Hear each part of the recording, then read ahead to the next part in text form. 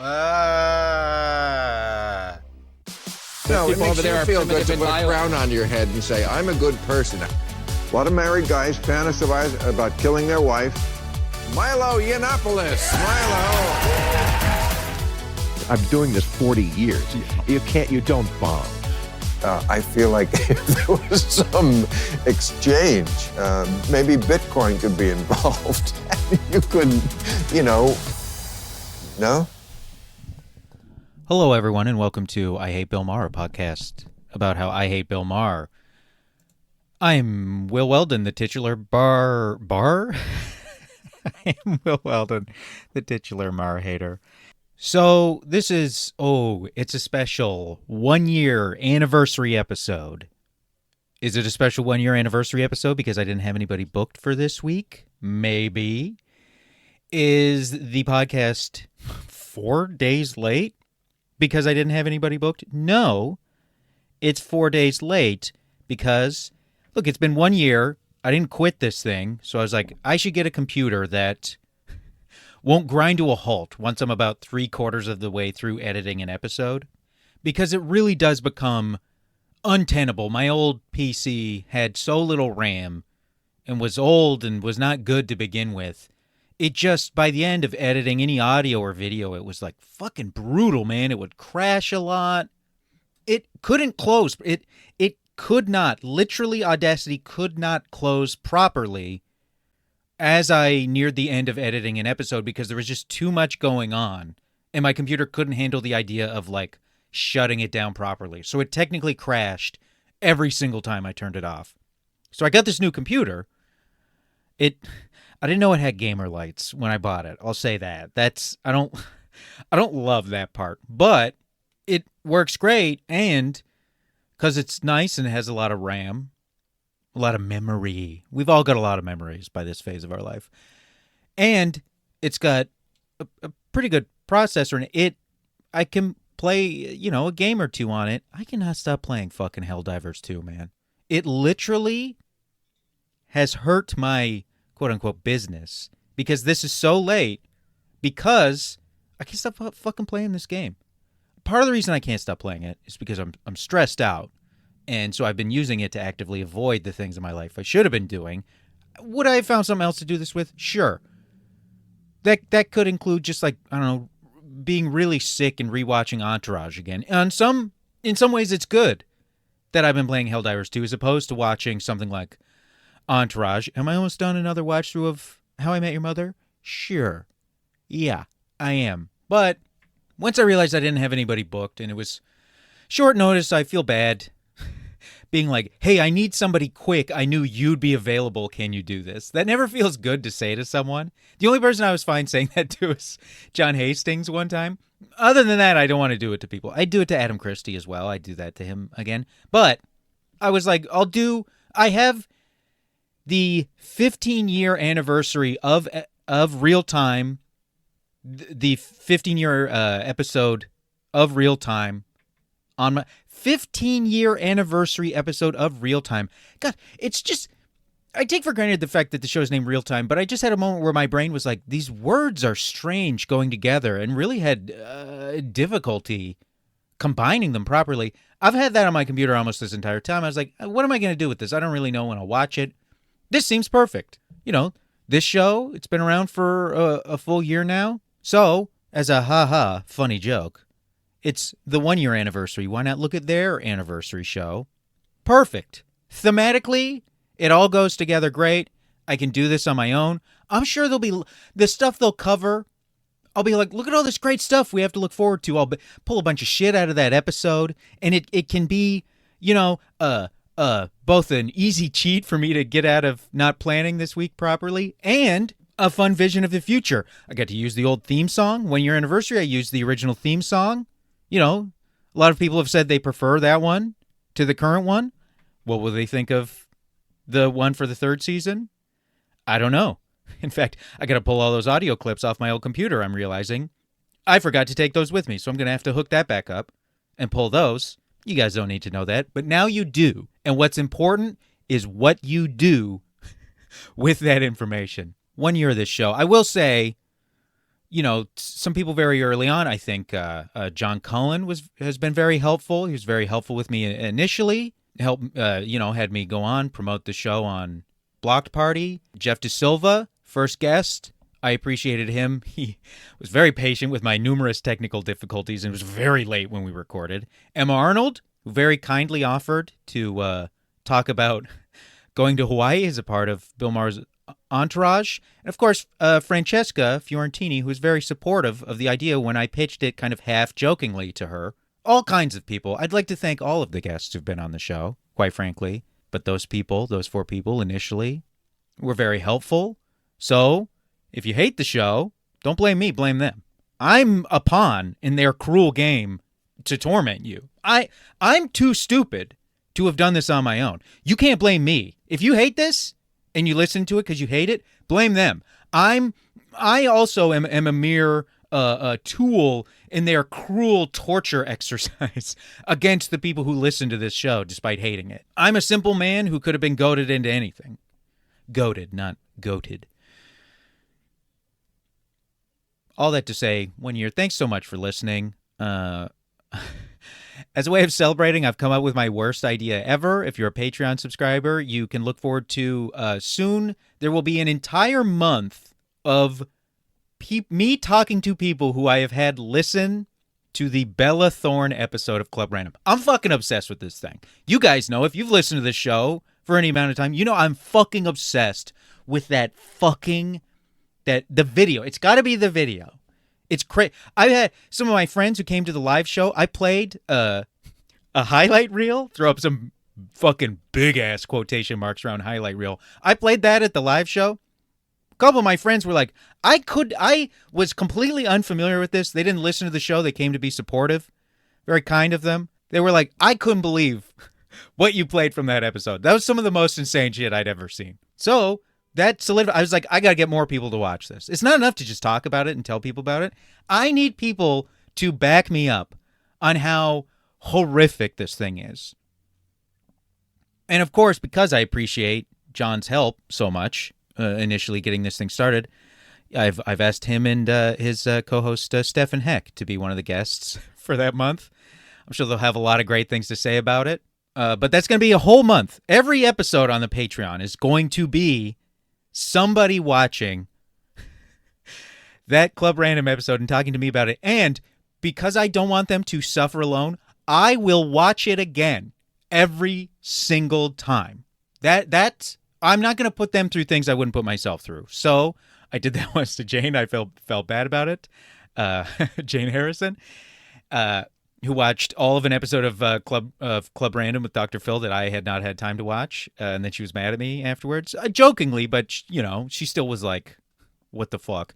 I made it up to her. I watched it. We did a proper episode on it. So thank you to everyone who just listens. Thank you to everybody who supports the show on Patreon. Thanks to everybody who throws up a review on iTunes, Spotify.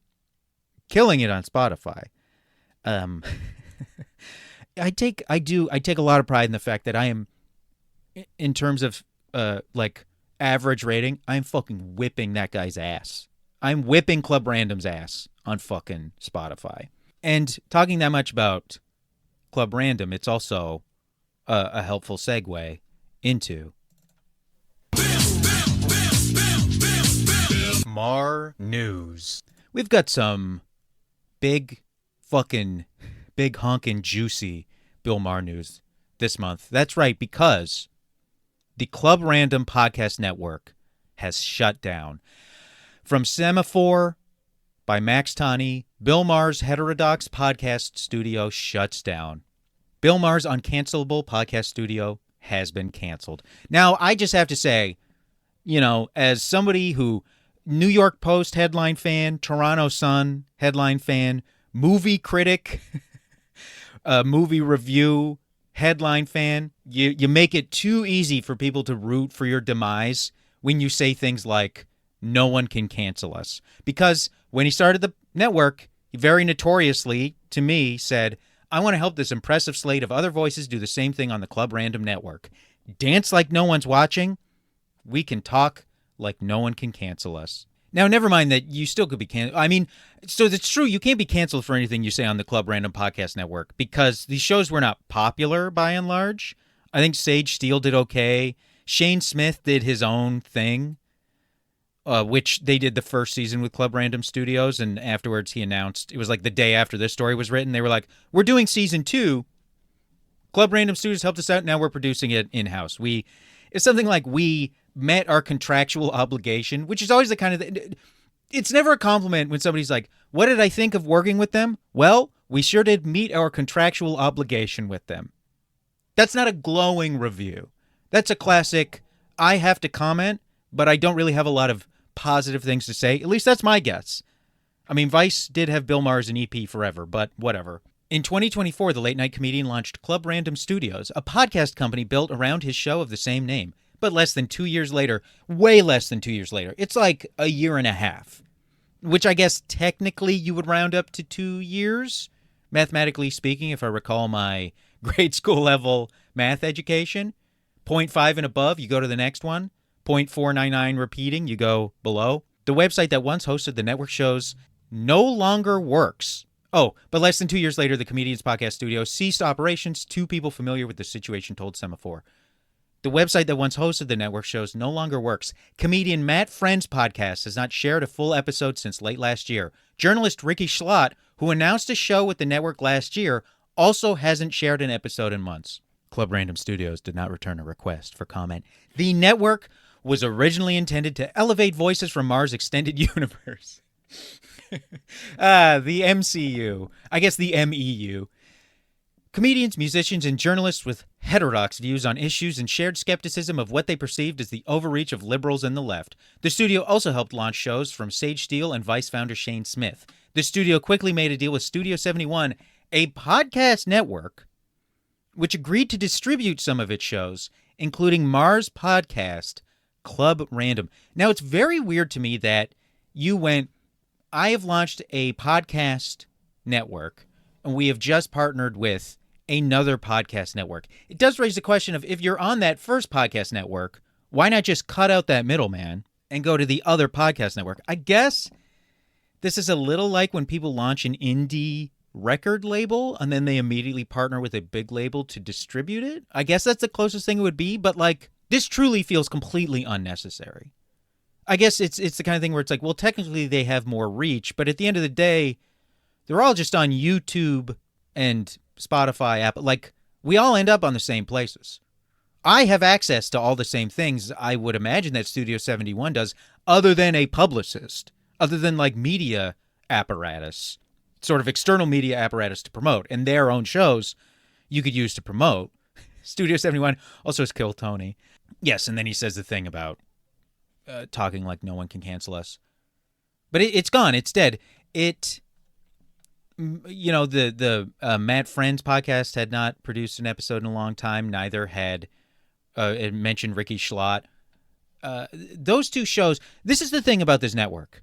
Okay, so actually I'll read. So this is from the original announcement. Bill Maher on his new podcast network with hosts Billy Corgan, Fred Durst, and Sage Steele. And preparing for the election, I'll do everything I can to make sure Trump loses. Club Random Studios will also be the new home of Kevin Garnett's podcast, KG Certified, by Ethan Schanfeld. So, I didn't read it, but the Semaphore article also mentions that the Fred Durst podcast about UFOs never came out. KG Certified, I cannot find any record of it having been associated with Club Random at the end of the day.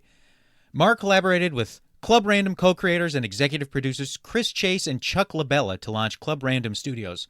Maher tells Variety he was inspired to build the podcast network because, this is insane, the style of my podcast has notable differences from other ones, and we wanted to replicate that a bit.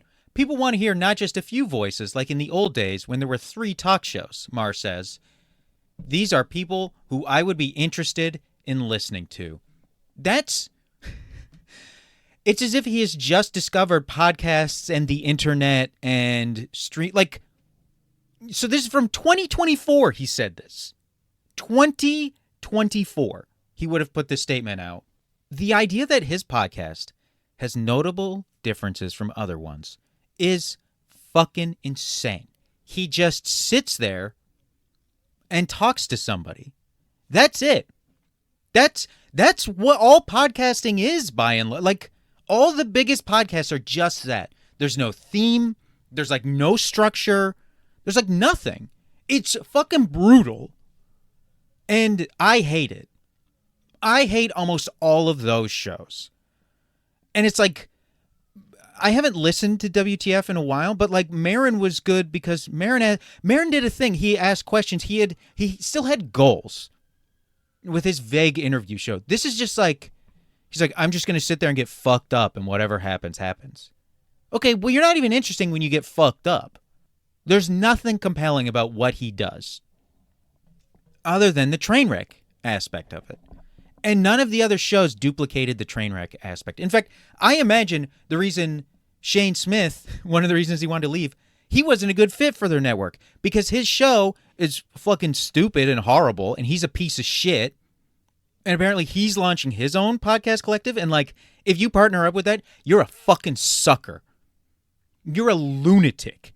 And on some level, I almost want to say you deserve the failure that your show will get because just look what happened the last time he had a media company. Look how he treated those people. Look how he treated the company. You gotta know better than to partner with a guy like that. It's a fucking fool's game to get in bed with somebody like that in a media venture. For God's sake. Hey, I'm that pilot who's famous for crashing that plane and being like the only survivor. Hop in. I feel bad for the people who die in that situation, but it would, you'd get home and you'd be in the privacy of your own home with people you trust, and you'd be like, it's kind of their fucking fault, though, right? For getting on that plane with that guy after he'd already done that once and really showed no remorse about it and didn't seem to learn anything. Other than being like, I got to lean into being a bigger grifter about being a pilot. I don't know. I don't do it. I know that's a sidebar, but what I'm saying is don't fucking do it.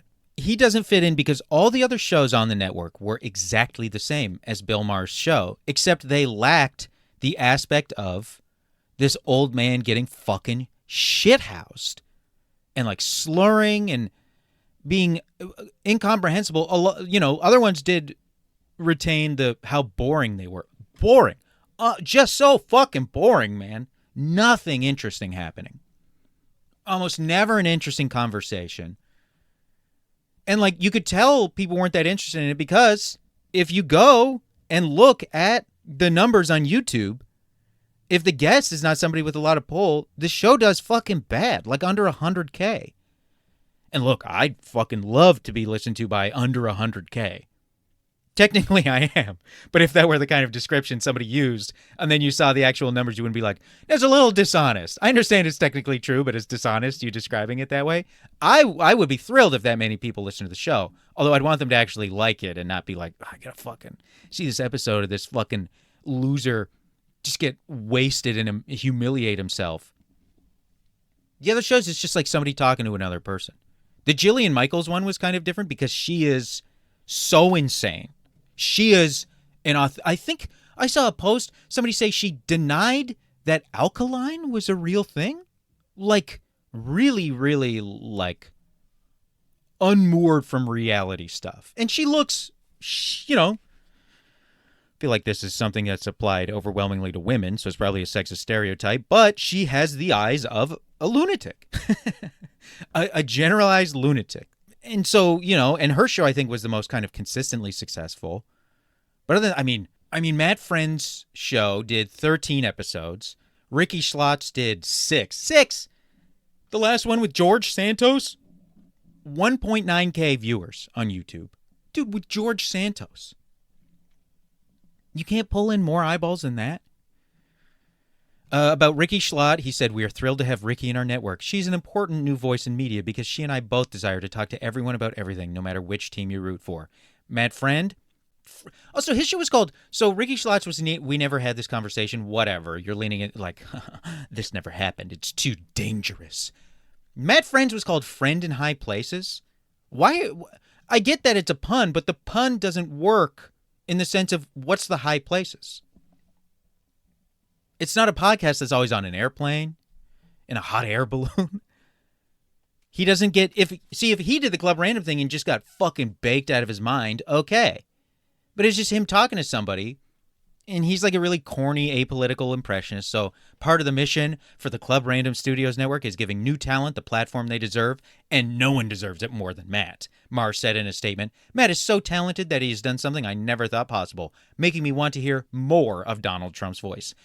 Now, I'm not an idiot. I don't think he had anything to do with picking these people. I believe he wanted Jillian Michaels and Sage Steele because he's like, hey, you're both either a health maniac or a noxious bigot like I am, so you guys would be great fits. And then he'll take anybody famous because he's pathetic that way. Anybody. He likens putting together a lineup of podcast hosts to starting a ball team. Shut the fuck up. Yeah, okay, well, you got 5 centers. It's not even like you're like, we've got a bunch of, rangy 3-4s. They're long, but they're also fast, so they can switch, play a bunch of positions. You have a bunch of big centers. Oafish centers. That's your whole team. I don't think you put this lineup together well. On that theme, Club Random will partner with NBA Hall of Famer Kevin Garnett on his podcast, KG Certified, as well as develop new shows in-house. Like, the fact that the Matt Friend one, they got write-ups in, like, Variety. He must have an incredible publicist. Because, like, this ended up not happening, not being true. This is just a press release. / at the end of it, they kind of talk about Trump a little bit. So maybe it was the kind of thing where it's like, hey, we'll publish this if you also give us a bit of an interview. Smashing Pumpkins frontman Billy Corgan will get his own Club Random podcast, and Limp Bizkit singer Fred Durst will host a show about UFOs and conspiracy theories. That's why his show never came to pass either. Because it had a theme. It was supposed to be about something. So they're like, we can't have that on this podcast network. This is the same show over and over and over and over. I never knew Fred or Billy, Maher said of Corgan and Durst, who both appeared as guests on Club Random in 2023. But something good happens there, and I can feel like I'm best friends for life with somebody who I just talked to for an hour and a half. That's the quality we want, a nighttime feel. The nighttime, when everyone's your best friend. That's like narrate. It was night, the time of night when everybody's your best friend.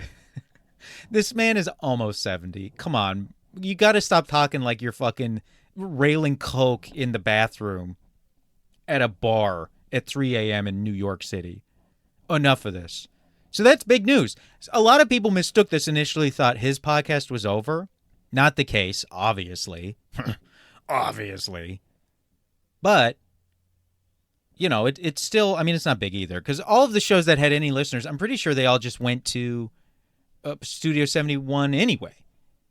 And it didn't say anything about his show not being distributed by that podcast network. It's just the kind of thing where it's like, you'd go, what the fuck do we need Club Random Studios for? Really, I could just go independent and keep all this fucking money myself. But it seems like Studio 71 is good at getting people cash for ads. And, somebody like Jillian Michaels doesn't have to worry, well, what if a podcast ad doesn't align with my values? Because they're mostly scams and flim-flams anyway. So she doesn't give a shit. It's not like it's going to be, hey, we've got a PSA saying, hey, you should really get the MMR vaccine. Also, I got to say, you should go get the MMR vaccine right now. You can just go get it. It's very easy to get generally, I think, particularly if you're in like a big city or something.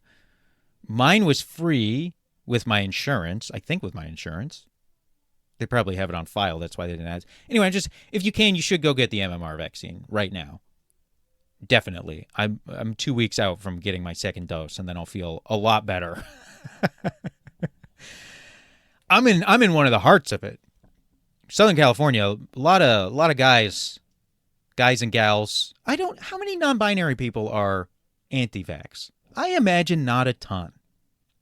Are there numbers on that kind of thing? If you're listening and you know someone who is non-binary and is anti-vaccine broadly, write in. Because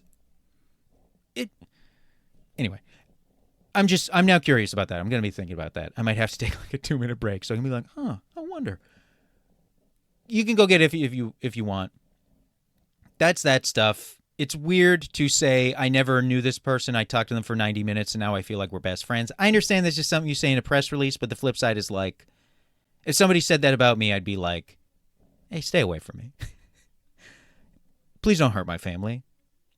when I can't go get dinner with you at 1 a.m. Please don't attack me physically and hurt the people I care about because you feel like they're taking me away from you after we've hung out twice. Please don't do that. And then 2 bits of Bill Maher news this week. The weed store in West Hollywood he owns with Woody Harrelson was robbed by 5 people. One of the other co-owners, the people who probably do all the work, I imagine, said that the video, they broke through a window with a screwdriver. There were 5 of them in like hoodies and masks, I think. And one of them was very small to the point where they guessed they were around 7 or 8 years old. And I'll say, in most cases, I think it is noble and good to want your kid to like know what you do for work, and you want your kid involved in things. Not that time. Not then, not there. Get a for God's sake, get a babysitter. But maybe you're like, well, that'll be a loose thread. They can pull at and unravel, and it'll be like, yeah, no, I was babysitting for him that night. He wasn't home. And then he came home with a huge trash bag filled with assorted stuff, and he said, don't worry about it, and tipped me large when I left. So maybe that's your motivation. But anyway, don't take your kid to work day if your work that night is stealing from a dispensary. So those are 2 pieces of news. Big Bill Maher news over the last 10 days or so. Man, I tried recording this last night so this could come out in the morning. I was in such a bad fucking mood. It is unlistenable. It is like the most, it's pretty toxic. The vibes are just bad. The energy is all wrong. Completely off. I'm glad I didn't try to plow through. I'm glad I'm doing this now instead, and the podcast is just going to be insanely late this week. But I've got guests lined up. Monday afternoon, next week's guest will be Matt Lieb. I'll be recording with him in person. That'll be fun. Unless he's allergic to cats. That'll be no good, because we got cats in my place. There's that. I'm talking to some other people that'll be good to record with. It's going to be good. We're all going to have a fun time, you know?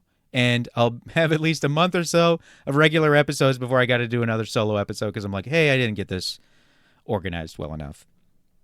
I get asked somebody to essentially be like my intern, but that's morally wrong. So really I should just do this properly is, I think, the real conclusion and the good conclusion to come to about all this.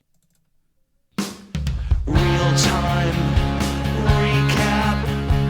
I hate Bill Maher. You can't change my mind. Real time recap.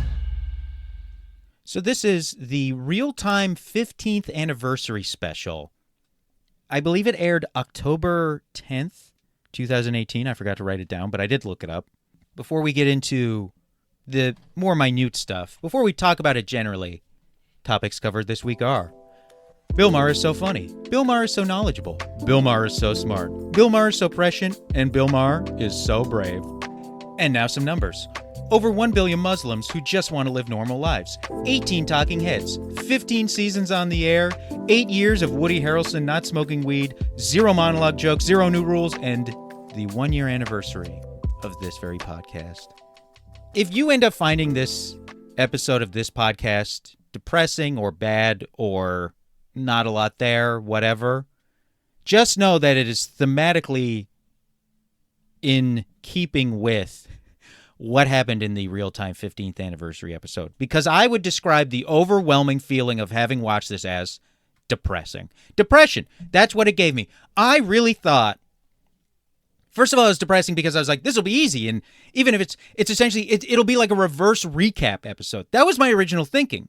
Oh, it'll be funny because this is going to be a reverse recap episode where instead of looking at the past year of events on the podcast, I will be able to highlight things that are coming for the future of the podcast. Ladies and gentlemen, I did not get that at all. This is an hour-long special with maybe that could have been summarized, done in 5 to 10 minutes. It's sad and weird, I think, are the best ways to talk about it. It's sad because it's not about anybody who makes the show except Bill Maher. And it kind of touches on his stand-up career, which would all be fine to be like, oh, here's where he comes from, and then comes to do this. And he mentions the writers once, just in relation to himself. The whole thing, all the talking heads are just talking about, he's so funny, he's so smart, though. Most guys can be smart or funny. He can do both. You meet somebody and they're smart quickly, and you're like, wow, he's not gonna say anything funny.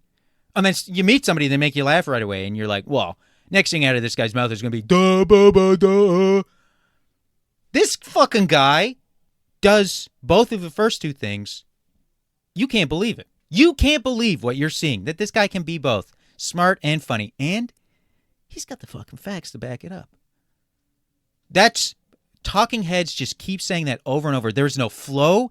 There is no arc. There's no journey here. You don't learn how the show was made.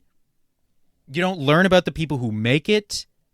The three things it touches on are the politically incorrect 9/11 incident, the argument between Ben Affleck and Bill Maher and Sam Harris about Islam and how he thinks they're being racist, the way they talk about them, which is a funny thing. It's like, and then I was originally going to include it. I'm not going to, because I don't need to play 3 minutes of him being racist and just frequently cut in to be like, he's so fucking racist. But so Ben Affleck making these points, and then it cuts to a talking head of Bill Maher, who is just allowed to misrepresent the conversation, lie about what he does. Like, he's like, Islam needs to be criticized. We have to be able to criticize it. It needs to be reformed. It's like, what do you but you just insult it and demean it.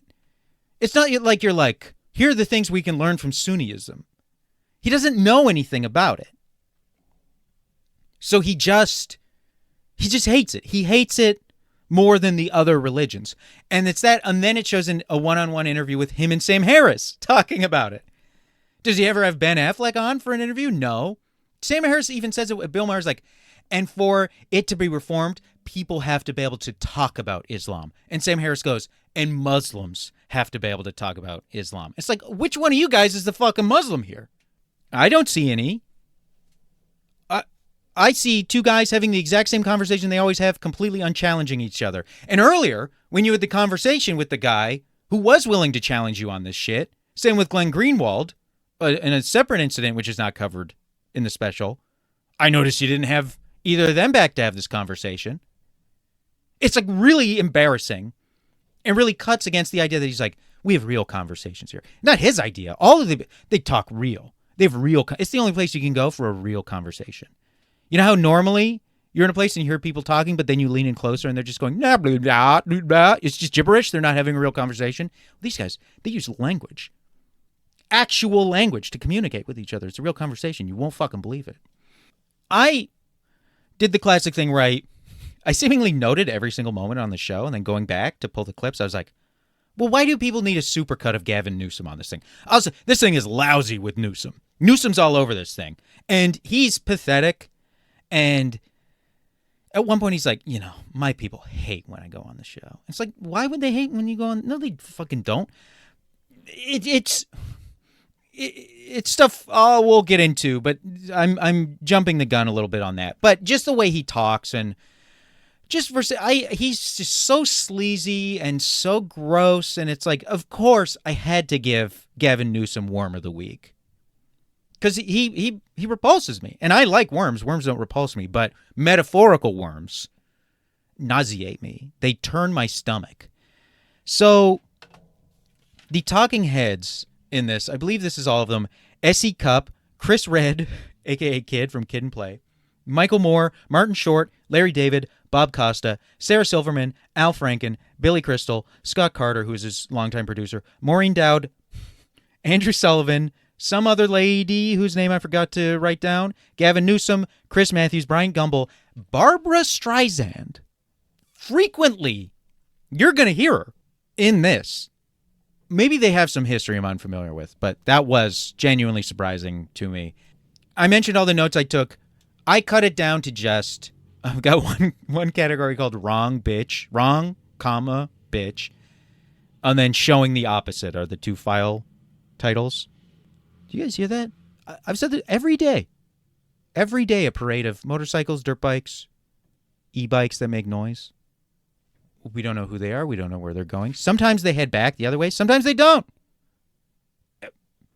I don't ever want to know. Whatever the explanation is, it'll never be as good as the theories running through my head. So we're going to start with wrong bitch. This is a series of clips of where he, you'd be like, wrong bitch to him. If it were a woman, you'd probably pick something else unless you are a woman or sort of femme, non-binary. For the beginning, people thought politically incorrect was just a cute saying, but it's actually something that meant something to me. The world was too politically correct. I still think the world is too politically correct. So there it is just...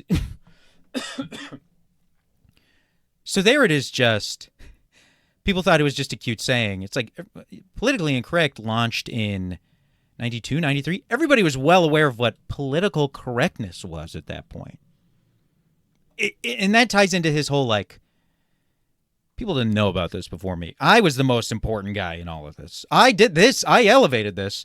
To say people were unfamiliar with political correctness until the show? You're like, but it was very important to me. Or maybe he means they just thought the title would be some, cutesy thing like it's politically incorrect. I just don't know why they would think that. Now, that's not to say that there aren't some areas where we do evolve. Okay. This is startling. That's a funny thing he just said because he also has de-evolved on some of the stuff. I think there's some clips from some of the stuff in here. At one point, he referred to himself as the resistance after Trump won. He was like, we are the resistance. And now he's like, we are the collaborators. But here he looks like shit in a lot of this. His hair, and it's a bad time for hair generally. He is often not known what to do with his hair. I think now he's finally at a point where he's better off with it having receded to the point where it is, and he's either had work done or he uses Propecia to lock it in. And then he keeps it not long, but, maybe like an inch and a half or whatever. There are points in this where it's like long, like past his back collar, and he looks fucking horrible. But here he is. This is a clip from Politically Incorrect. I've gotten a lot of mail from women who say, when you bring women on the show, I very often have a bad habit of, a lot of times I know them and I say, hey, beautiful, or some word like.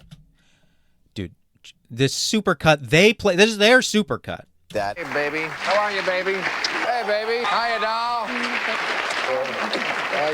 Some of these women he gets in really close, like pulls them in really close and like he presses his whole face up against her face. It's like some of these women are older and it's a polite cheek kiss. That one's fucking gross. Oh, man, you must be getting a lot. I don't want to talk about it here. That's George Clooney. He welcomes George Clooney by being like, man, you must get a lot of pussy. What a fucking sleazy creep, man. Hey, beautiful. How you doing? There's Sarah Silverman being repulsed by him and giving him a pat on the butt. And then the last clip is him. This is him saying hello to RuPaul, and she is 2 feet taller than him. Nice to see you. Oh, yeah, and he's like, nice to see you. He's really keeping his distance. Actively, God, he's just the fucking worst. And his hair is like poof. He looks like fucking Kramer. His hair's so big. I'm going to miss doing that. I like it, but I have learned something. If it hurts a woman, just don't do it. Doesn't matter. You don't have to know why.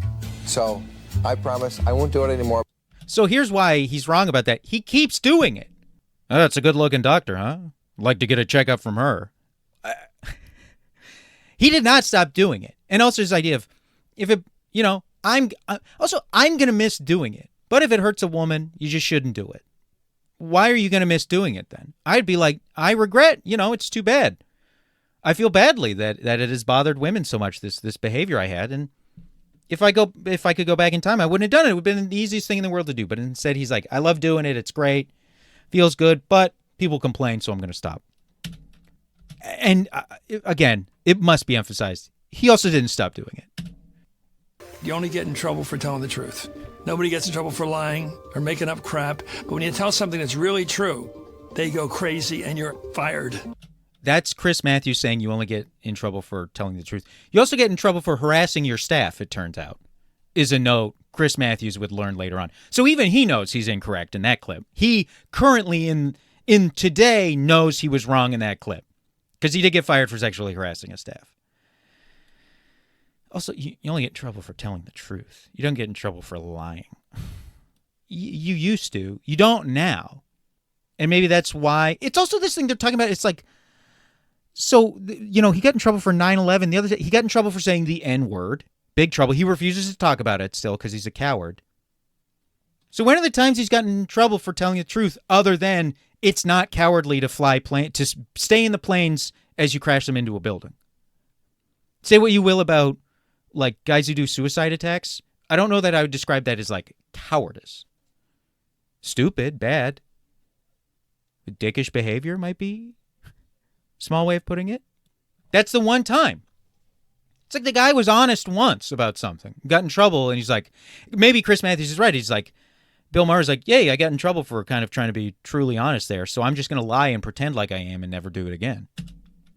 I am very lucky to work with people who are incredibly funny. This is the only time he talks about his staff.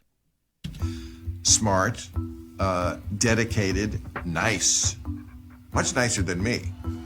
And the favorite part of my day is the right. Okay, so this stuff he's not, I believe this stuff. I don't think he's going to be wrong about this stuff he's about to say, but he says something at the end that he's 100% incorrect about. Writers meeting. Every time I walk into the writers meeting, it's been the same. I walk in there with a look on my face like my mother just died. Because one time she did. And so I never want them to know if something bad is going on in my life. And the other reason I do it is because... So that's crazy. Like, why not? Why not? I always walk into the room like I'm the biggest asshole there. I mean, he does it because he's a prick, because he's the biggest asshole there. That's why he does it. But I don't ever want them to know what's going on with me. You can be I agree in the sense of, I don't think it's right for a boss to overshare with their staff. I think that is something bosses should definitely be mindful of because these are your employees, not your friends. It's different if it's a coworker. You develop a different relationship with a peer. You can if it's a mutual relationship that you're both comfortable with. But just being like, I don't ever want them to know what's going on with me. Well, they do nothing. I want to be a tough crowd for those writers and producers. I know that when they make me laugh, because I'm pretty jaded, then we got something. So obviously that's the part he's wrong about. We all know that's the incorrect part. Because this is a guy who laughs at everything he does. Everything. He laughs so easily. He's like always fucking laughing at himself.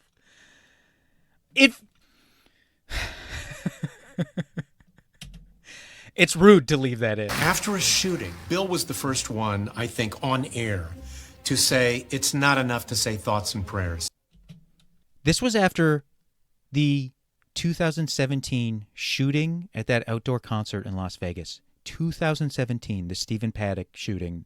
That is probably the number one. We all know what the number one shooting for conspiracy theorists is. But the Stephen Paddock is for people who, are a little more actually inquisitive and not just dangerous to everyone around them. Because nobody knows anything about it. There are like no details about it. So it's very strange. And it could just be a guy, bad place, snapped, shot a bunch of people. I'm not discounting that as a possibility. But that's a sidebar. It's so for sure what shooting I'm talking about. 2017. I think Bill was the first person on air to say thoughts and prayers aren't enough. What about the victims of shoot? What about the victims, the family members of victims who are themselves victims of these shootings as well? I don't want to put them outside of that class of people. He was the first guy to be like, wait, thoughts and prayers aren't helpful after a shooting. We need legislation and action. And to also just change the general demeanor of the country to improve lives so that people are less tempted to do this and offer them help if they need it. He was the first guy to say thoughts and prayers aren't enough on air after a shooting. He's enabling him. Scott Carter, you don't help the person if you enable their delusions. I think that's a thing that is often said during a mental health crisis, it's like, well, just, you're not really helping them by just going along with it. And Scott Carter, you're enabling his delusions of grandeur by going, he was the first person. He was the first. Or maybe this is Scott Carter's fault. Maybe he's manipulated Bill Maher into being like this. That's probably not the case. Been one of the most pro-gay forces in popular culture, and I think he's more effective than most because he's... So this is Andrew Sullivan saying Bill Maher is one of the most pro-gay forces in popular culture. And they show him on the cover of The Advocate in 2007. And as we've discussed, he was back then no more homophobic than anybody else. But this is them talking about it now in 2018. Not some simpering, lefty, LGBTQRS kind of guy. So there we see why Andrew Sullivan thinks he's such a great force for the gay community, because he hates gay people also. Andrew Sullivan, I would say Andrew Sullivan definitely hates gay people, queer people, even more than Bill Maher, probably. Like, it's not some LGBTSQR. Also, 2000 to be doing that joke. There is not a less talented guy in this country than Andrew Sullivan. If you want to know why you should hate Bill Maher, he has Andrew Sullivan on all this shit all the time. Boom, there you go. It's the only reason you might need. But like, Andrew Sullivan, incapable of being like, yeah, Bill Maher was an ally to the gay community without himself doing rampant homophobia, simpering LGBTQRS type of person. Who are you talking about, man? Who are you? Oh, yeah. It's better to be an enormous racist like you. Yes, I prefer my gay people to believe in race science, in racist pseudoscience. I think he's a much better ally for gay people because he busts out his calipers all the time. Our job is to get the information out as best we can and start to mobilize people to think. You can do it with laughter, but you have to do it with intelligence behind it. And that's what I think Bill does brilliantly. You can unfriend someone whose politics you don't like, but you can't unfriend 47% of America. So that's Billy Crystal.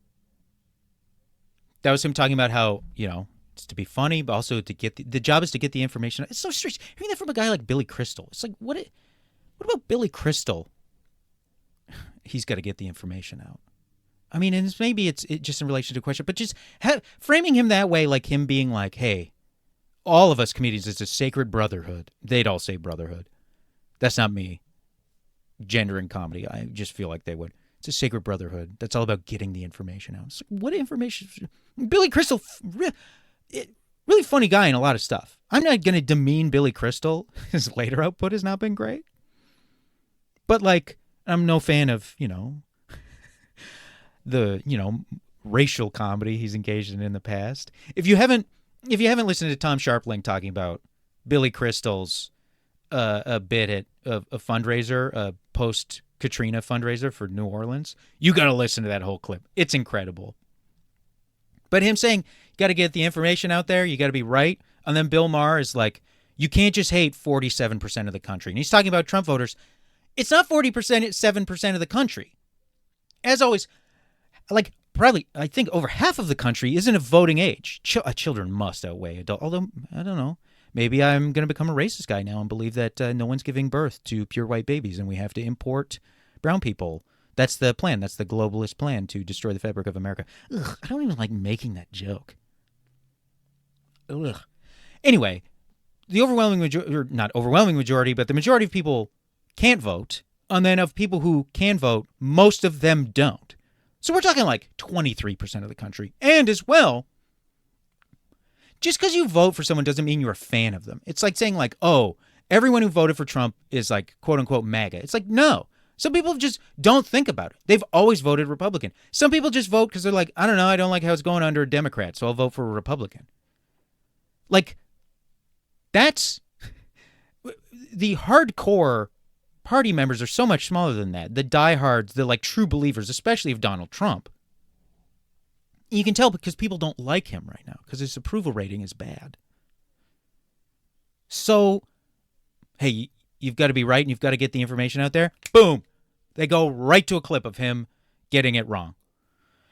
So that's wrong. That could have also been covered in the other category, which we're now going to move over into. That was the smaller one. This one is showing the opposite, so my whole thing with this, there's no arc, there's no story. You don't find out about how they put the show together. They don't talk about the first 10 weeks, the break, and then the revamp of it. There's no moment where it can be like, hey, I think all those guests were talented, but at the end of the day, I realized it's my show and I wanted to do more. Or even that shit he said one time where he's like, the viewers want more of me. Talk about the evolution of new rules. Oh, they were so short. Then they became a much bigger part. Were there staff members involved in that? Who are some key production teams? Who are the people who... They don't even say Chris Red did the music. Or Chris Reed. He's on the fucking special. They don't mention his contributions. He's just on. He's like, Bill Maher's great. Like, this is not a special about real time. This is a video you make for Bill Maher's birthday that is shown to the people at Bill Maher's birthday party. That's what this really is. It's enormously unhelpful to me and my original goals for this episode. But, you know, we're building something here. We're putting something together. So here is videos where it is a series of talking heads saying something and then either a clip or a montage of Bill Maher doing the exact opposite of what they just praised him for doing. Oh my God, 13 minutes and 49 seconds. Oh, fuck. And that's the majority of what this special is. Special, huge quotes around special. More like ordinary. New rule. If you're going to do an anniversary special about something, maybe cover what the thing actually is. Wait, new rule. If you're going to make an anniversary episode about a TV show, maybe cover what the show was over the years. New rule. If you're going to improvise some new rules, maybe have a little more confidence that you'll be able to come up with something better than what you did. He's an iconoclast and a So this is Barbara Streisand talking right here. free thinker. He says things that no one else would say in public. He says things that no one else would say in public. He is outrageous. I think he's irreverent to the point it drives me crazy. It's Chris Matthews again. Preach, Bill, preach. And yet, he's probably the funniest guy around. He's probably the funniest guy around. If America had a government as good as its people, it wouldn't look like this. Further consideration of H.R. So this is a clip from C-SPAN of the actual government doing stuff. 761, which it would look like this. And then it's a clip from a parliament of people fist fighting, and he's laughing. Oh, I touched the politically correct nerve there. There is no doubt that corporations own this country. I mean, what? The truth. Yes. Look, So that's it.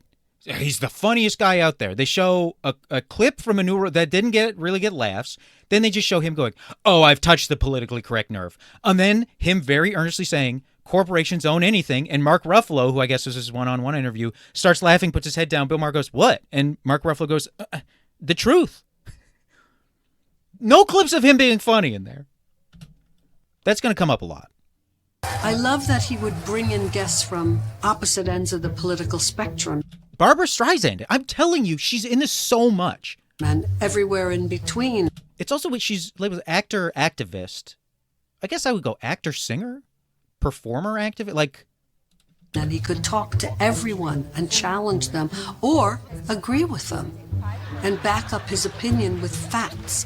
So he can talk to anyone, he can challenge anyone, and back up his opinions with facts, or agree with them, back up his opinions with facts. And this is just going to be a clip of Boots Riley on Politically Incorrect talking. Boots Riley, director of Sorry to Bother You, back in the fucking, it looks like mid-90s. I always learn something from watching his shows. I'm a communist. And I think that the people should have control over their own destiny. By the way, and over the profits. Did you read any of the history of the 20th century? You're more concerned with because they did try communism. He's more concerned. Defended them. That's it. That's his clip. And then it quickly goes into that. That's it. Have you looked into the history of the 20th century? Because we tried communism. They tried communism. Okay. What were the outcomes? Tell us about the outcomes. But he's just going to be like, well, it was bad. Communism was bad. Well, we've learned a lot. I know as an American, when someone goes, communism was bad, I go, whoa. Whoa. I've not heard that before. Mendez kids, what do you care about facts? Bill, so you absolutely don't know anything about the facts. I know they blew their parents' heads off. No, they didn't. What did they do? They unloaded shotguns in their direction, but they didn't load. So there's a clip. I guess he's challenging her a little bit in that he's like, you defended the Menendez brothers, but then she gets the laugh. Like, he's not challenging. And then he laughs along. He's not challenging her on anything. If you don't want to listen to me just doing this for the next probably like 20 minutes, just being like, that didn't happen. I guess this is kind of the end of the episode, if that's the case. But like, I can't believe how much of this there was in this fucking special. I just fell in love with him from that first day. Now, I think we all know who that is. It is Ariana Huffington. He was irreverent. He said things that you thought to yourself, did he just say that? If being single was a disease, I could list the symptoms. Extra money, self-reliance, and not needing a special holiday to remind us to get laid. And then you thought, yes, he just said that. And it was... Did you guys hear the total absence of laughter after that? A totally normal, not shocking thing. And here's the thing. Maybe I'm wrong, and that was totally shocking to say at the time. But, like, this special, it's so obsessed, and he's an EP on it. It's so obsessed with him and how great he is, all these great things. He's great at everything. Everything he's done has been great. He's so great. They can't even be bothered to be like, hey, play some clips from other programs from the time to sort of juxtapose. But because you hear this with modern ears, and you're like, what? Who cares? It was really, really funny, and then you realize that it was also really, really wise. It was really, really funny, and then you realize it was also really, really wise. Now, America, we're told, is a land where anybody can grow up to be president. But I think even Betsy Ross would have added, yeah, but for God's sake, not Donald Trump. I mean, I guess it's wise in the sense that he's not wrong, but, like, it's been pretty common wisdom for a while. And also, it's not funny. None of them are going to be funny. It's never going to be funny when they're like, it's so funny. He's one good joke. He's one good joke in this. There's a clip of one good joke, and it's a joke we covered. I've already covered on the podcast. We have covered here at I Hate Bill Maher. It was in America, if you're going to put someone in another man, it better be a bullet. That's the only part of the special where I was like, oh, that is a good joke. And I was like, and it's from the start of the show. It's crazy the things this doesn't go. He interviewed Barack Obama, for God. In 2016, he talked to Barack Obama for 40 fucking minutes. And they don't talk about it. They show a brief clip. But the whole special is just dedicated to Bill Maher as the fucking greatest. He's good at smart, and he's good at funny. He's good at laugh. 3 qualities, really, to be a great comedian. One is that obviously you have to be funny. He's not just funny, he's quick. So obviously this Larry David, the Larry David stuff fucking kills me, man. It's so brutal seeing him say the shit. Although it's funnier now, knowing that he definitely hates Bill Maher. But this is Bill Maher being quick. Never ceases to amaze me some of the stuff that he can come out with on the spot on that show. It's an interview with Bernie Sanders, one-on-one interview with Bernie Sanders. You are more popular than Stormy Daniels' lawyer. Wow, he came up with that on the right off the top of his head, huh? That really sounded improvised. Wow, you are more popular than Stormy Daniels' lawyer. We've got a really big show. It's not funny anyway. It's not like it's brilliant, but We have been chosen here at Real Time to host the 5th Okay, this shit, man. annual Fall Fundamentalist Fashion Show. I think we all know what this is going to be. It's a woman comes out in a hijab, full burqa. And you are going to love this. Could we have our first model, please? This outfit just screams, look out, world. I'm a woman of the 12th century. I've said this before, but it's definitely worth noting. When I was in my one-year college program in 2004, the guy who directed our year-end show talked about how a previous year they had done that exact same sketch. He was talking about how funny it was. But he also was like, hey, it's the old easy, Muslim fashion show. Great. Cutting edge shit that nobody else is doing or saying. A bunch of college kids did it. New rules is genius. If something can make you laugh and also keep you engaged, It's pretty great television. That's and he and Martin Short are friends. That's Martin Short talking. But that's like I didn't read the book report comment. Something makes you laugh and keeps you engaged. That's pretty incredible television. What do you mean? What are you laughing at that you're not engaged with? New rule, the people... Oh, you're not going to like this one. The people who participate in the ultra-Orthodox atonement ritual of Kaparot, where you swing a live chicken over your head 3 times and read Bible passages while someone else holds a baby, have to look me in the eye and tell me there's not some point in the ceremony where you're thinking, what the fuck are we doing? Okay, new rule. That's the punch. What the fuck are we doing? One of the few good notes I got from that 1-year program is I had a teacher essentially say like, hey, that's not a punchline. Who cares? What are we doing? Like, those aren't punchlines. And obviously all rules can be broken. I think Norm Macdonald was very good at the kind of punchline where he'd be like, and I will hate them. Like that kind of thing. But that what the fuck are we doing? Okay. What? A whole room produced that? Well, if the tabloids are going to continue to call these two Kimye... Obviously, Kanye and Kim Kardashian. And these two Billary... Bill Clinton and Hillary Clinton. And these two J-Rod... Jennifer Lopez and Alex Rodriguez. They must refer to these two as shitstorms. Donald Trump and Stormy Daniels. Wow, really makes you think. Shitstorm. Really keeps you engaged.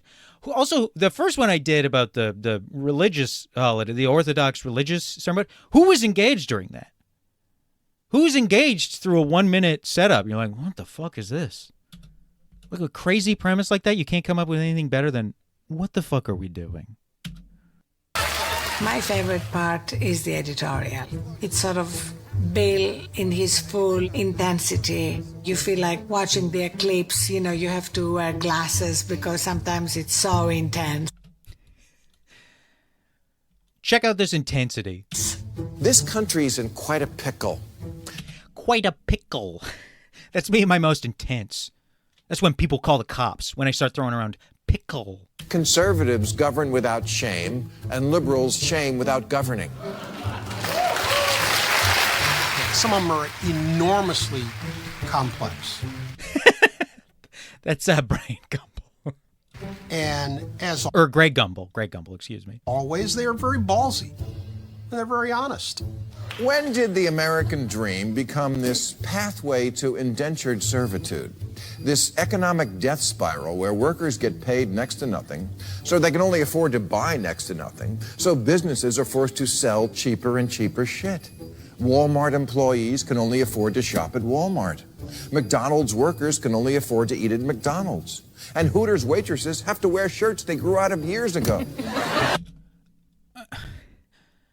Like, it's so complex and it's so ballsy, and that's the clip they play. I understand I'm probably just like hitting the same point over and over, much like this. Again, it's thematically appropriate with this special. But I'm not lying. Is that what his special is called?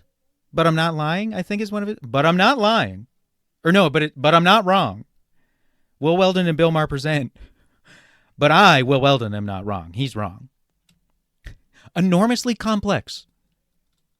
And ballsy. A Hooters joke. Europe and Latin America, they take a break every day between noon and 3, and they call it a siesta. Chris Hardwick's in the background of this one, which makes it funnier.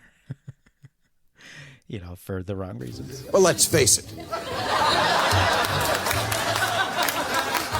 They're fucking in the day and we're not. Bill's editorial are a lot like the show, that it's this blend of passion, politics. Amy Holmes, that was the lady I forgot. And insights, but then also humor. Now, the white supremacists are... White supremacists. And look, I'm guilty of that all the time, too. I've had like 9 flubs this episode, but use a different one. He's done hundreds of these. And you're going to leave in the clip where he goes, and now the white supremacists. The federal government. And it's liberal states that are under siege from federal overreach. We're trying to defend our way of life here and what we believe in. We believe in sanctuary cities. Okay. and pollution controls. There's a guy who is happy the government is getting tough on the border. And legalize pot and gun control and opposed to gun control. Obamacare and a woman's right to choose, and we're going to defend them. We the rebel now. Like the way he combines insight with humor. There isn't even it's we the rebels now. Like, I suppose you could try to maybe claim that's a joke, but maybe, I guess you could call it humor in the derogatory way you might describe someone as a humorist, where it's like, yeah, they kind of think it. You might read it and be like, oh, kind of a funny point. That's what I think of when I hear humorist. Specific group of Americans out there whose name I won't mention, but it begins with T and ends with baggers. That's the worst kind of joke. When you, oh, I'm not going to say their name, but it rhymes with, and then you just say their name. I've been hearing that fucking forever. First time I heard it was when I first started doing stand-up in a year I will not list. There's only one thing conservatives believe in more than work, and that's the God-given right of rich people to leave all their money to their kids so they never have to work a day in their lives. So that was all one chunk. I know I kept pausing it. That was all one chunk from that lady saying, you know, it combines politics, but it combines it with humor. The last one didn't even have a fucking joke. Not at all. Not even, you couldn't even be like, well, that was humor or satire. You just be like, what? That's just a statement. This is crazy. This special. The rudest person in the world edited this, knowing that he would never watch it. Well, but he probably does watch all his shit over because he's so, I don't know. I can't even, because he's lazy and he's vain, so it's difficult to know which Audience, all of their defenses are coming down. All of their force fields are lowered. Oh, this is fun. Paul Begala. I like this man. He's making me laugh. And then when those force fields are down, then he zaps them. We tell our children they don't have to fix their flaws because it's the world's job to accept everything about them and love it. Like they say on reality shows, the most important thing is just you doing you. But what if you is a big asshole?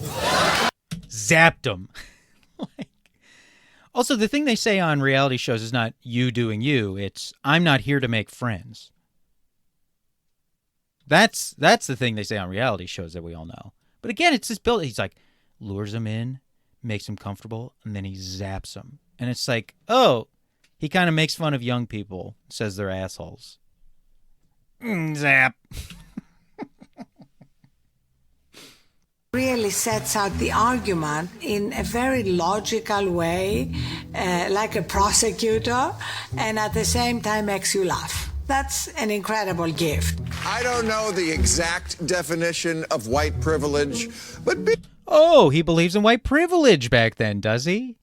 Now, on Howie Mandel's podcast, he explicitly said, no, I believe in white advantage. And then he tried to get into a semantic argument that he lost to Howie Mandel. He lost an argument to Howie Mandel. Being able to talk about grabbing pussies and how big your dick is and still getting elected president, that's got to come close.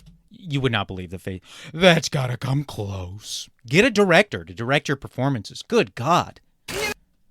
Also to say, that's like a prosecutor. What? I mean, there's some bad prosecutors out there. You don't really have to work that hard, the way the criminal justice system is weighted against the defendant. If you think about the monologues of the late night shows that sometimes have politics, it was all very tame, very bland. I mean, that stuff came out of the Bob Hope era, if you will. This was a whole different thing. So that's Fareed Zakaria.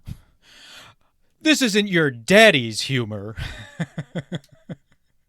Shut up, you fucking plagiarist fuck. Anytime someone prefaces a statement by saying, I'm not a racist, some racist shit is about to come out of them. I mean, a joke we've all heard, everybody made. This isn't your daddy's kind of humor. And then you hear a joke that, like, your corny dad would make. Your corny liberal dad would make. Wanted to outlaw blowjobs, and he lost single women in the state by 43. points. But listen to this. He won married women by 9. And that is all I need to know about marriage. To be like, this is new stuff. This isn't, Bob Hope, Henny Youngman. And then to go to a clip of him going, "Take my wife, please." That's the oldest school kind of comedy there is. I guess maybe it's new school because instead of hating your wife, you hate all wives. You hate the idea of wife. Maybe that's what Fareed Zakaria means? The budget director also said about the new budget that the after-school meals program, gone. I've always said this. You want Republicans to care about kids, you're going to just have to jam them back in the uterus. George Carlin, I swear to God, did that joke almost word for word in the 1990s. Our show is the hardest show on television to do. You can't just come on and give the same talking points you give on other shows. That's Scott Carter. Even celebrities have to be on their feet with Bill. He doesn't treat them any differently than his other guests. Watch how ruthlessly he grills these celebs. The first one is Snoop Dogg. I say this as a friend and as someone who I think has impeccable credentials as a stoner. You smoke too much pot. Whoa! It's a man who's been accused of sexual assault, ladies and gentlemen. Maybe he hadn't at the time, I don't know. But this is a guy, if you really want to get into this guy and dig into his past, I mean, he was in the Crips, wasn't he? And I'm not saying he got, I think, arrested for murder. It's very easy to believe he was railroaded into that. I mean, he was found guilty or innocent, I believe. But if you want to have a real conversation with this guy about his past, what it was like growing up, his sort of shift over from now he's really is kind of this weird kind of quasi grandfatherly figure, sort of goofy grandfatherly figure to he was one of the most menacing men in the United States for the mainstream press in the 90s. He was this very dangerous figure when he first broke onto the scene as a young guy. And I'm not even saying you should. I don't care. I don't fucking give a shit. But I'm just saying what Scott Carter said. Even if you're just a celebrity, he's going to treat you the way he does everybody else. You come on, he's like, "You smoke too much weed, Snoop." And Snoop is laughing. You are... He's touching his head in a weird way, too. The most gorgeous old lady in the world. That's him talking to Jane Fonda. Ooh. Tough probing questions. You're the most gorgeous old lady in the world. Haiti, you went to Cuba, you went to Venezuela, Iran, Iraq. What's wrong with you? What? That's him talking to Sean Penn.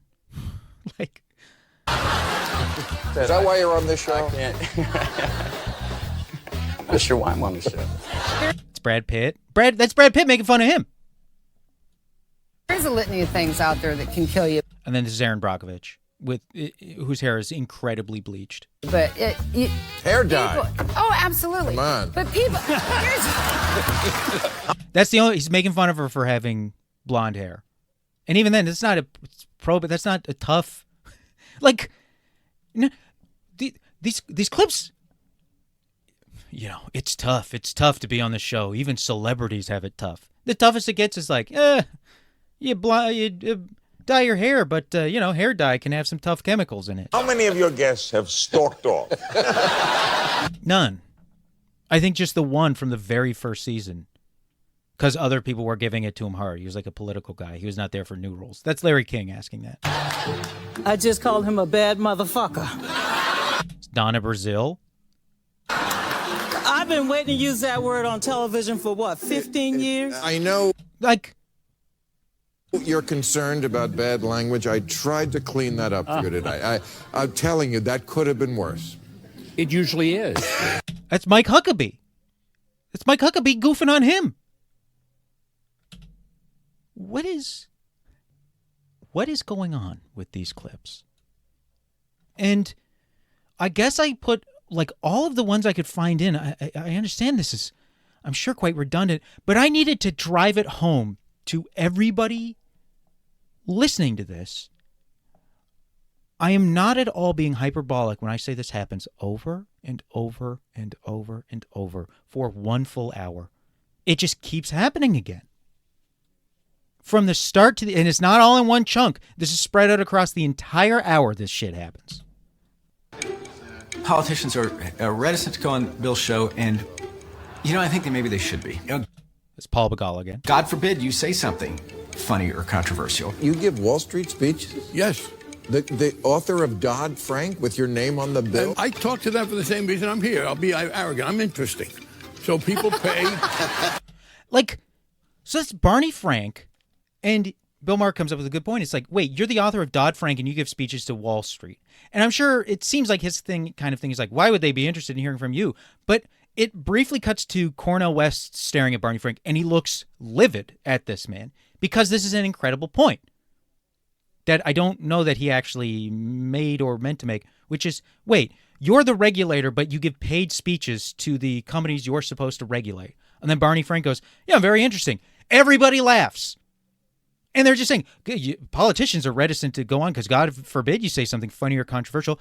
No, he went on that this is image rehabilitation. This is him getting away with the fact that he's not being pressed on, at least in this clip they're playing. Somebody being like, wait, but this is rank corruption. This is obvious, naked corruption that you're doing. And instead they play a clip, Barney Frank is so funny. And I mean, Cornel West is laughing really hard at that comment too. And the sea levels rise. Obviously, we could lose, like, Venice. We could lose Florida. And who would know better about losing Florida? It's Al Gore. Again, what?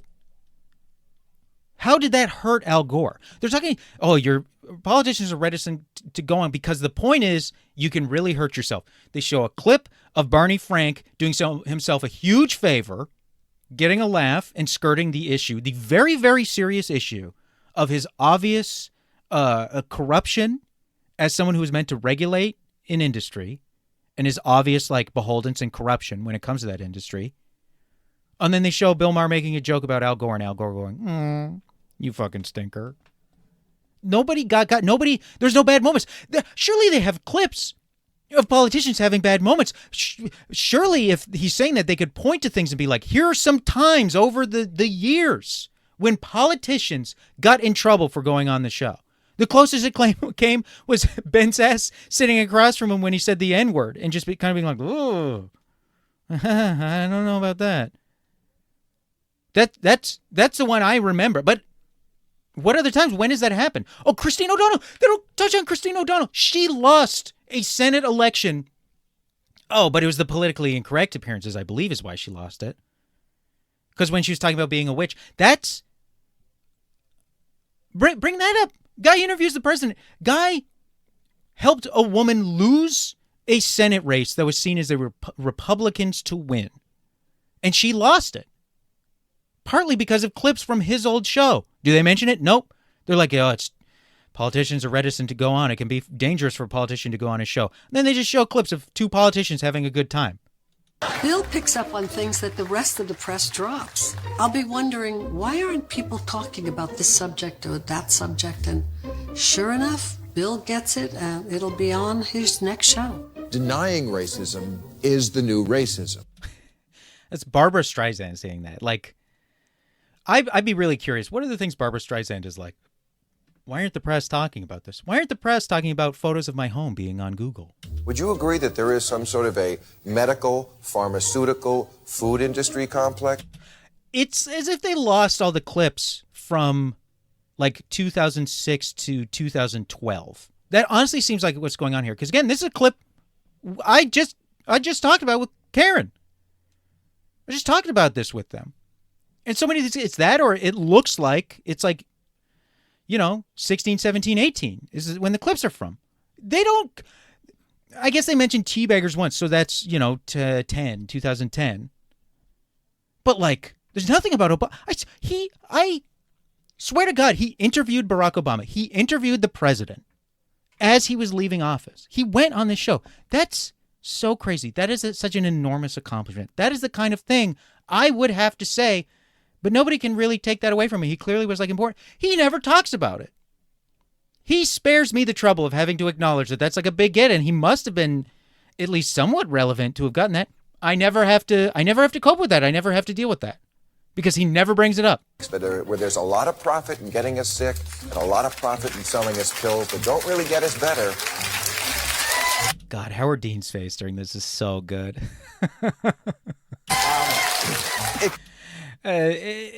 You know, I'm sure if you're inclined to believe those things, you'd be like, oh, Howard Dean rendered speechless. It said Howard Dean being like, how am I to be polite about this? Can't be the duty of every American to say something if they see something, except to the people whose job it is to do something.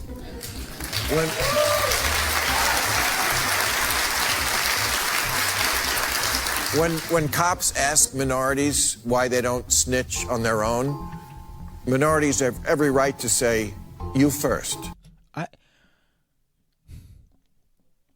It's like, were people not talking about police brutality?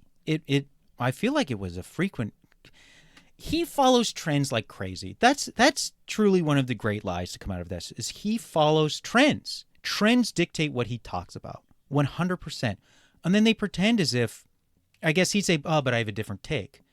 But like, this is not police covering up for other police. I don't know. And again, maybe give the year. They don't put the year. That's the other thing. They don't date these clips. They don't say what season. If they dated them, I could make a more accurate assessment about whether or not it was cutting edge for him to say that. No dates. No dates. This is like some sort of nightmarish version of the drive to Palm Springs. No dates. That is such a specific joke. But you know what? I hope the people who've driven to Palm Springs from California enjoyed that joke. No date shakes. There are no date shakes on any of the clips. No dates. No dates, no season, no episode, nothing. Really what this is nobody put into work. Nobody put any work into this. I guess is what must have been the real issue. I don't know, though. I don't know how this is so poorly executed. It was on HBO's. They've got the money. I said HBO's. I didn't mean to. That was air sort of squeaking out between my teeth. Another thing about the show is, you get a sense of... There he is. There's fucking Gavin Newsom. Oh, he's disgusting. And his makeup is not the right color. He looks like Donald Trump here. Oh my God. He looks like fucking Donald Trump in this clip because his fucking his makeup is a little too orange or a little too, like, I guess, dark. Oh my God. Oh my God. I've become the Joker. Some people play to an audience, including literally their audience. You don't get that on Bill's show. I mean, he'll challenge the audience. I think he enjoys challenging the audience. So he doesn't play to his audience. He challenges them. I would not consider this challenging your audience. I'd consider this just being a fucking prick. But maybe this is like a little, I don't know, on the line of including in here. But it's he's just being so fucking annoying. Hey, you know who's superstitious about Friday the 13th? Republicans. They say the country is having bad luck because we let a black cat in the White House. What the fuck was wrong with that joke? Like, what a fucking baby, man. He is such a fucking baby. He's so angry. If the audience groans, so thinks a joke is He makes a face at them there for groaning. Too far, he takes them on. He doesn't ignore it. Oh, go fuck yourself. I mean, really. An obvious joke. Don't start groaning. I'll go fucking nuts on you today. You can see I am right on the edge here. Oh, now that was fucking funny. What is wrong with you people? Fuck you with the boo. What is the booing? It's going to be rough unless you get that stick out of your ass right now. Who has a bigger stick up their ass than that man, William Maher? The biggest stick up his ass of all time. I'm glad I put that clip in. That's the end of the clips, actually. That's great. That's it, right there. There's how funny he is. There's how clever he is. Oh, the master wit to look at the crowd and go, fuck off. Fuck you. Oh, shut up. Oh, with the fucking booing. Get the stick out of your fucking ass. Better get on board because I'm going to fucking lose my mind. That's it. That's right there. That summed up all those clips. Summed it up perfectly right there at the end with that final section. I'm glad I left that in. That's it. That's the whole special. Not literally, but like that is what the whole special is like. There are a few parts where people are wrong. And then it is just talking heads praising him with no rhyme or reason, no timeline, no clips are dated. And then after they're done praising him, they play clips of him not doing the thing they say he does. Really like kind of a torturous experience in the sense that it'll like fuck your mind up and make you not believe your own reality. But there it is. Thanks so much for listening. That's the whole episode. Been a whole year of this. I didn't think many people would listen to it. Is this too? Feels so self-congratulatory to be like, oh, 1 year. Really, it is coming out of the fact that like I forgot to book somebody for this week until it was kind of too late to not feel rude, and then I got so invested in Helldivers too that like it was a great way to not deal with my problems, some of my stresses. And I'm done that because I'm doing this now. I'm gonna keep fucking playing. Oh, it's great. Look, I got it on sale. It's like one of the biggest events the game's ever had. It's like 20% off right now. It's and the game normal price is $40. And yeah, you can buy the premium currency. You can also just find the premium currency in the game. And all it does is unlock cosmetics. I think it seems like a great way forward for or just it's the kind of thing, look, on a show like this, My Politics, I got to support something like that. Them being like, we're going to price it fairly and just make something people want to play and that is good. And, hopefully, down the line you play for like a year and you're like, whatever, I'll give them another I'll buy 1,000 super credits for $10. So funny. It's funny to play the fascist shock troops of a fascist planet going to war with aliens. It's like funny. It's Starship Troopers, the game, kind of. And people have generally been pretty nice. One guy refused to revive me because I died quickly a couple times right to start a match. I got distracted. I was just, sometimes you're off initially. And then, buddy, he started to get fucking smoked once he finally brought me back. And then I die later. Oh, he revived me real quick. Fuck you. I'm going to start using this podcast to settle scores. That's all it's going to be for. Anyway, it feels self-congratulatory to do all this. But there is a good reason. I mean, not a good reason, but there's a reason I'm doing this. And as well, I do want to say, I appreciate everybody who listens. If you fall off and you come back to it, I appreciate it. If you're never going to hear this because you fell off, I appreciate you listening for any point in time. It has been fun. People, have emailed me other ways of expressing concern over the last year. It's okay. I'm okay. I do enjoy doing this. It is fun. I just get very frustrated by him a lot of the time. I genuinely hate him. I don't even dislike him. I really, truly hate him a lot. And now, before we go, here are the number of people who emailed me to inform me that Alf CIO is a reference to the AFL CIO. 49. Thank you so much for listening, and good night and good luck.